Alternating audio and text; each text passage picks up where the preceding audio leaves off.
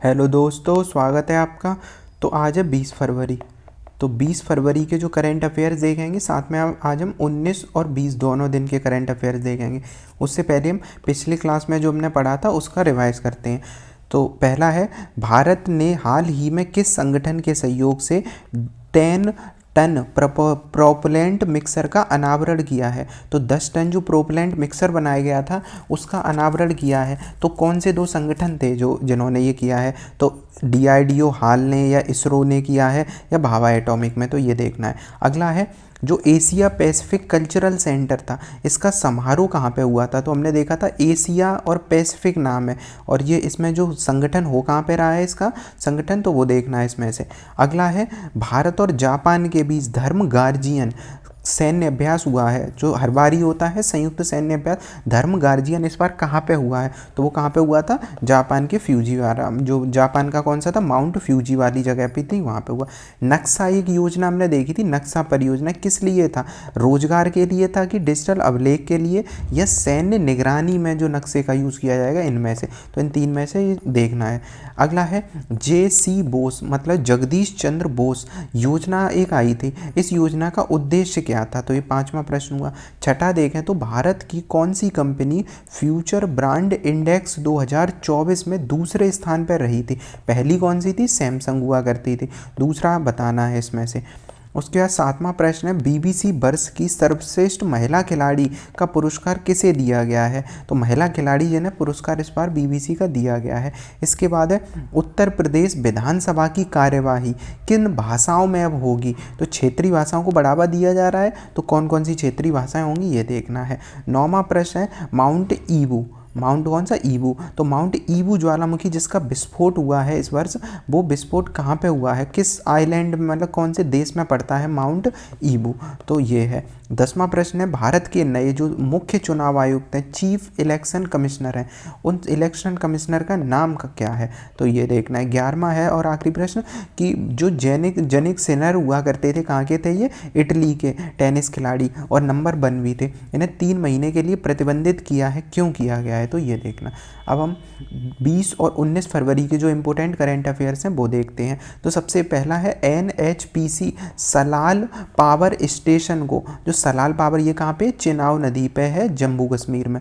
तो Salal power project station है, इसे राजभाषा कार्यान्वयन में प्रथम पुरस्कार मिला है। मतलब यहाँ पे जो क्रियान्वयन हो रहा है और राजभाषा में सही से हो रहा है, तो इस वजह से इससे प्रथम पुरस्कार मिला है। तो किसे मिला है?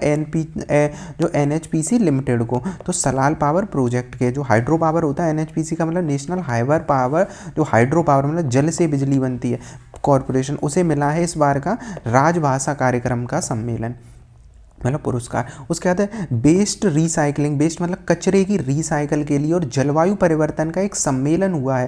ये सम्मेलन कहाँ हुआ है? तो मेन है सम्मेलन कहाँ हुआ है, तो नई दिल्ली में हुआ है सम्मेलन। सर्कुलर इकोनॉमी, सोर्स एफिशिएंसी और वेस्ट टू वेल्थ मतलब कचरे को ऊर्जा के रूप में चेंज करना, ये सब इसका जो कार्यक्रम था। इसके बाद है, दुनिया की 10 सबसे अमीर महिलाएं हैं, उनकी लिस्ट आई है अभी। किसने निकाली है? फोर्ब्स ने। तो फोर्ब्स वुमेन बिलियनियर, इनमें दुनिया में जो पहले टॉप स्थान पर भी हैं वो हैं Alice Walton. Alice Walton Walmart की हैं, जो इनका है वॉलमार्ट। अब एलिस बॉल्टन सबसे टॉप है। क्या भारत की कोई महिला है? तो है सावित्री जिंदल, जो जिंदल स्टील वाली कंपनी की है। तो इन्हें सबसे पहला मिला है एलिस बॉल्टन को, और जो भारत की पहली हैं वो है सावित्री जिंदल। तो ये देखा हमने। इसके बाद है टाटा समूह। तो टाटा समूह के चेयरमैन इस टाइम कौन है? एन चंद्रशेखरन। तो याद रखना है, टाटा समूह के अब चेयरमैन कौन है? एन चंद्रशेखर। इन्हें यूके में नाइटहुड सम्मान मिला है। तो यूके में जैसे उनका सर्वोच्च सम्मान होता है, उनमें एक सम्मान है नाइटहुड सम्मान। ये इन्हें क्यों मिला है? टाटा ग्रुप को, एन चंद्रशेखरन को। तो टाटा ग्रुप है यूके में काफ़ी बढ़िया काम करता है, मतलब उनके यहाँ इन्वेस्टमेंट है काफ़ी ज़्यादा टाटा की। तो ये सब है। तो Most Excellent Order of British Empire इसे मिला है, और किस हेतु मिला है? भारत और अमेरिका, यूके के बीच, जो इंग्लैंड के बीच अच्छे व्यापारिक संबंध के लिए। इसके बाद है राष्ट्रपति जो अपनी है मुर्मू, उन्हें 5 देशों के राजनयिकों ने प्रस्तुत किए परिचय पत्र, मतलब कुछ राजनयिक आए थे दूसरे देशों से मिलने के लिए राष्ट्रपति से। तो इनमें कौन कौन से देश से थे? कंबोडिया, मालदीव, सोमाली और क्यूबा। मालदीव तो हम जानते ही हैं कि भारत है, भारत के पास मालदीव है, तो उधर से आए हैं ये। दूसरा है कंबोडिया और सोमाली और क्यूबा। क्यूबा कहाँ है? तो जो नॉर्थ अमेरिका है, नॉर्थ अमेरिका का नीचे मैक्सिको की खाड़ी है, मैक्सिको की खाड़ी के पास क्या है? क्यूबा है। तो वहाँ से क्यूबा से भी आए हैं। अब इनके नाम तो ज़रूरी नहीं है, मैंने इन कंट्री की थोड़ी लोकेशन वगैरह याद कर लेते हैं। जैसे सोमालिया, ये रहा, हॉर्न ऑफ अफ्रीका में है तो सोमालिया है। इसके बाद कंबोडिया नाम आया था, तो कंबोडिया कहाँ? ये वियतनाम वाला एरिया है, और वियतनाम, और ये है कंबोडिया, तो याद रखना है। इसके बाद है आईआईटी गुवाहाटी ने एक शोध किया है। इन्होंने क्या शोध किया है? एक ऐसा कपड़ा बनाया है, संवाहक वस्त्र, जो जल प्रतिरोधी है, मतलब कपड़े पानी से गीले हो जाएंगे, प्रतिक्रिया करेंगे, पर ये जल प्रतिरोधी है। तो ultra thin silver nano wire spray से कपड़े को संवाहन किया गया, मतलब एक स्प्रे वगैरह ही यूज़ करी गई है। हल्का लचीला, सांस तक लेने के लिए कपड़ा है, मतलब कपड़ा ऐसा है जिसमें ब्रीथेबल है। तो ये भी सही बात है, मतलब ऐसे जल प्रतिरोधी तो स्टील भी होता है ऐसे तो, पर क्या उसमें सांस ले सकते? नहीं। तो यही ये ब्रीथेबल भी है और जल प्रतिरोधी भी है, तो ऐसा है। अब इसमें क्यों यूज़ हो सकता है जल प्रतिरोधी? कई सारी बीमारियों में जल न जाए बॉडी में, तो ये गठिया रोग और ऐसे रोगों में यूज़ करेगा। और ठंडे क्षेत्रों में जो काम करने वाले लोग हैं, वहाँ पे ये ऐसी समस्याएं होती हैं, तो उनके लिए तो किसने? आईआईटी गुवाहाटी ने किया। इसके बाद है बेप्स 2025। तो बेप्स हमने देखा था अभी सरकार के द्वारा, भारत सरकार के द्वारा प्रोग्राम चलाया गया है बेप्स। इसमें क्या हो जाएगा बेप्स में कि भारत का जो कल्चर है, मतलब ऑडियो विजुअल एंटरटेनमेंट, मतलब नृत्य, संगीत, फिल्म, इन सबको विदेशों में बढ़ावा देना था। तो उसी के लिए बेप्स 2025 का बर्लिन महोत्सव फेस्टिवल का आयोजन किया गया। कहाँ पे? बर्लिन में। भारतीय फिल्म इंडस्ट्री को वहाँ तक पहुँचाना है, बढ़ावा देना है, ये सारी चीज़ें थी। इसके बाद है भारत का पहला वर्टिकल बाईफेशियल सोलर प्लांट का उद्घाटन। तो ऐसे हम देखते हैं सोलर प्लांट तो ऐसे लगते हैं ज़मीन पे, अब ये हैं कैसे? इस टाइप में खड़े में। तो ये क्या है? वर्टिकल बाईफेशियल सोलर प्लांट उद्घाटित हुए हैं। कहाँ पे? ये नई दिल्ली में ही ये लगे हैं। तो पूछ लेगा भारत का पहला वर्टिकल बाईफेशियल सोलर प्लांट कहाँ है? नई दिल्ली में है। इसके बाद है महाराष्ट्र ने क्या किया है? जीसीसी नीति जारी करने वाला देश का पहला राज्य बन गया। जीसीसी क्या है? ग्लोबल कैपेबिलिटी सेंटर, मतलब कैपेबिलिटी बढ़ाना, क्षमता बढ़ाना है। और क्षमता क्यों बढ़ाई जाएगी ग्लोबल कैपेबिलिटी? क्योंकि विदेशी जो कंपनियां, उनका निवेश बढ़ सके। तो मल्टीनेशनल कंपनियों को आकर्षित करना और यहाँ पे तकनीकी हब बनाना, ताकि software, AI, data, research development, इन सब को बढ़ावा दिया जाए और इन्वेस्टमेंट आए। तो मध्य प्रदेश ने ये नीति जारी की है। इसके बाद कतर के संबंध। तो कतर और भारत के जो संबंध है वो काफ़ी पुराने, पर अभी ये संबंधों को रणनीतिक दर्जा दे दिया है। अब रणनीतिक देशों में जैसे अमेरिका है, हमारा यूके, ऐसे देश आते हैं। तो रणनीतिक दर्जे का मतलब होता है हम लॉन्ग टर्म क्या करेंगे? व्यापार, साझेदारी, सहयोग की बात करते हैं। तो रणनीतिक दर्जा दे दिया गया है कतर को। अब कतर की कंपनियां हैं वो भारत में $10 अरब का निवेश करेंगी। साथ ही भारत और कतर के बीच जो 15 अरब का व्यापार होता है वो 5 साल में 30 तक पहुंचाना है। तो ये भी लक्ष्य, मतलब डबल कर देना 5 साल में।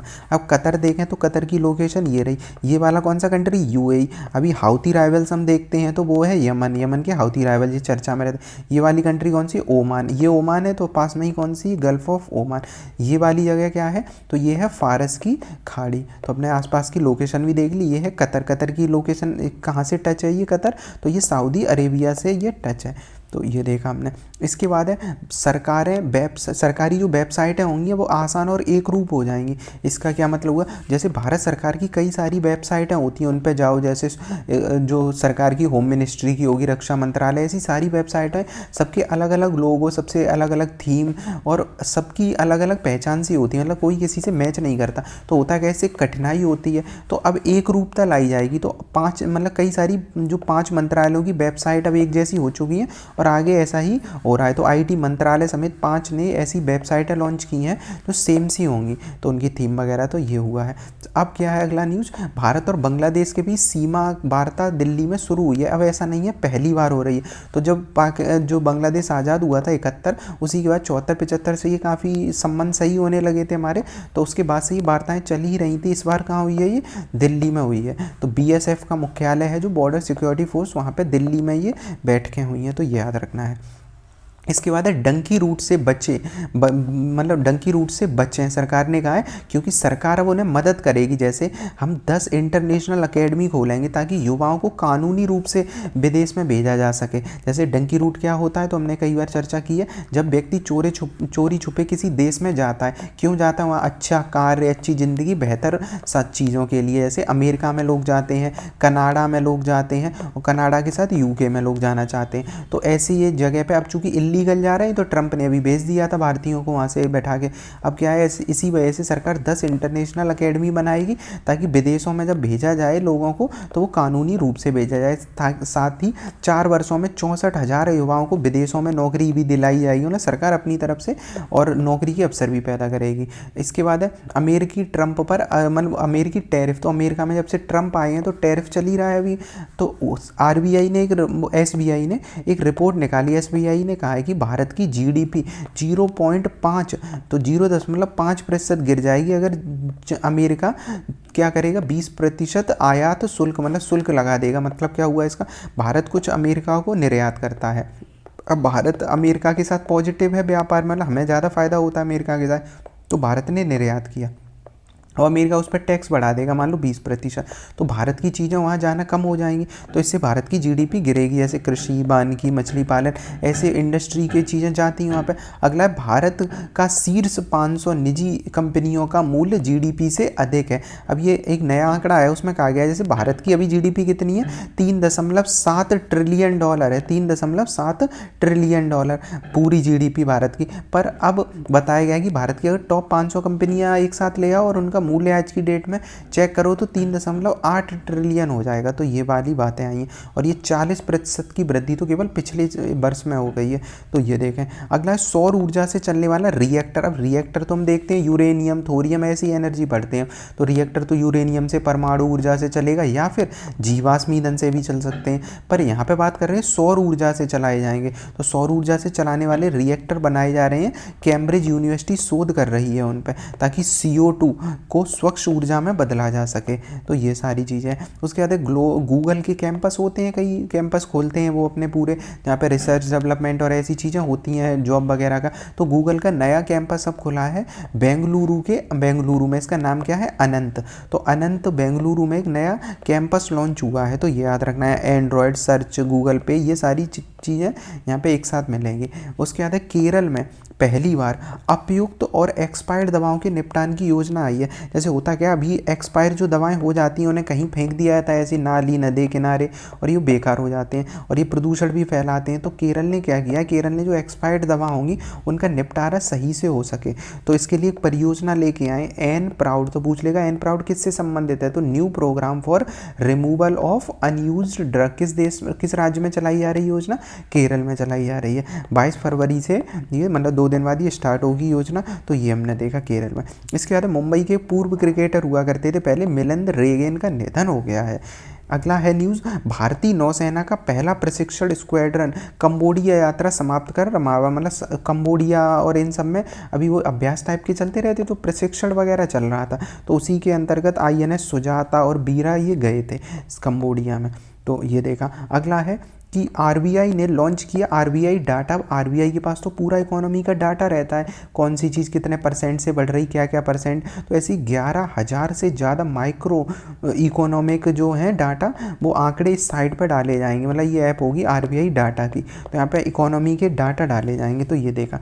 इसके बाद है इलॉन मस्क, जैसे ChatGPT हम पढ़ते हैं या वो क्या नाम है जेमिनाई पढ़ते हैं गूगल का, वैसे ही इलॉन मस्क की कंपनी का AI चैटबॉट है ग्रुप। वैसे तो ग्रुप 2 साल से चल ही रहा है ग्रोक, अब ये इसका तीसरा वर्जन लॉन्च हो गया है ग्रोक। तो ये देखा।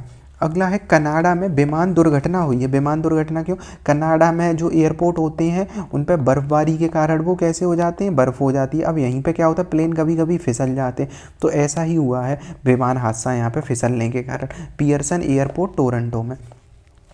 अगला न्यूज़ है जो माइक्रो उद्यमी, छोटे उद्यमी जो होते हैं, सरकार कह रही है कि छोटे उद्यमी के पास कभी कभी रुपए का कम हो जाता है तो सरकार 5 लाख तक का क्या देगी, बिना गारंटी के ऋण दिया जाएगा। इन्हें क्रेडिट कार्ड दे दिया जाएगा तो यूज़ कर सकते हैं कौन से, छोटे माइक्रो उद्यमी 5 लाख तक का। इसके बाद लखनऊ में एक कन्वेंशन सेंटर बनेगा, सेंटर वही मीटिंग वगैरह ये सारी चीज़ें, तो लखनऊ में एक कन्वेंशन सेंटर बनेगा।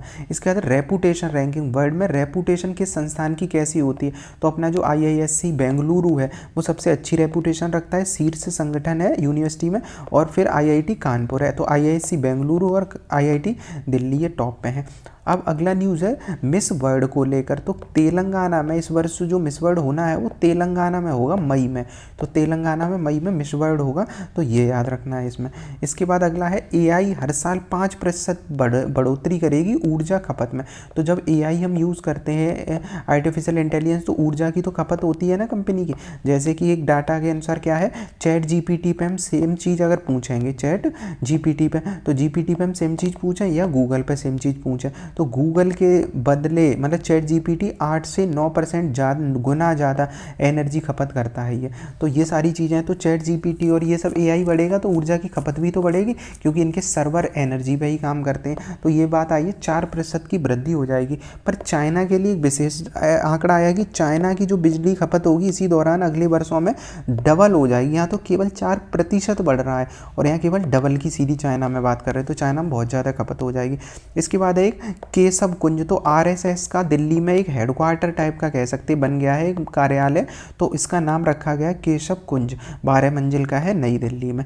इसके बाद आखिरी जो आज की न्यूज़ है वो दिल्ली की नई मुख्यमंत्री बन गई हैं, इनका नाम है रेखा गुप्ता। तो रेखा गुप्ता दिल्ली की नई मुख्यमंत्री बनी है और ये पद मतलब चौथी महिला हो जाएंगी जो पद पे आई है मुख्यमंत्री के रूप में, तो चौथी महिला, और रेखा गुप्ता नई दिल्ली की CM बन गई हैं। तो ये देखा हमने आज 20 और 19 फरवरी के जो भी इम्पोर्टेंट करेंट अफेयर्स थे।